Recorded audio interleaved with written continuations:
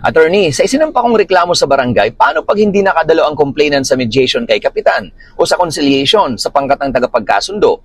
Pag hindi nakadalo ang complainant sa mediation kay kapitan, kailangang ipatawag ni kapitan sa isang hearing o pagdinig ang complainant. Kung sa conciliation naman hindi nakadalo ang complainant, ang pangkat chairperson naman ang magpapatawag for a hearing sa complainant. Sa complainant lang yung pinag-uusapan natin dito kasi siya yung hindi sumipot sa mediation.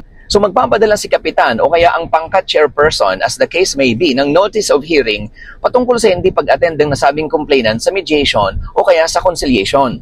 Tandaan, ang mediation kay kapitan, ang conciliation ay sa pangkat ng tagapagkasundo. Ano ba ang nakalagay sa notice of hearing para sa complainant na hindi sumipot? Nakasaad dito ang oras at petsa o araw ng pagdinig at ang mga abiso na una, bakit hindi dapat ma-dismiss ang kanyang reklamo dahil sa hindi niya pagdalo sa ipinatawag na mediation ni kapitan o conciliation naman kung ang nagpatawag ang pangkat ng tagapagkasundo. Pangalawa, bakit hindi dapat mag-issue ang barangay ng certificate to bar the filing of his or her action in court or government office? Tatalakayin natin in a separate video kung ano itong tinatawag na certificate to bar the filing of action in court or government office. Hindi ito yung tinatawag na CFA or certificate to file action, iba ito. Ito yung certificate to bar the filing of action which we will discuss in another video.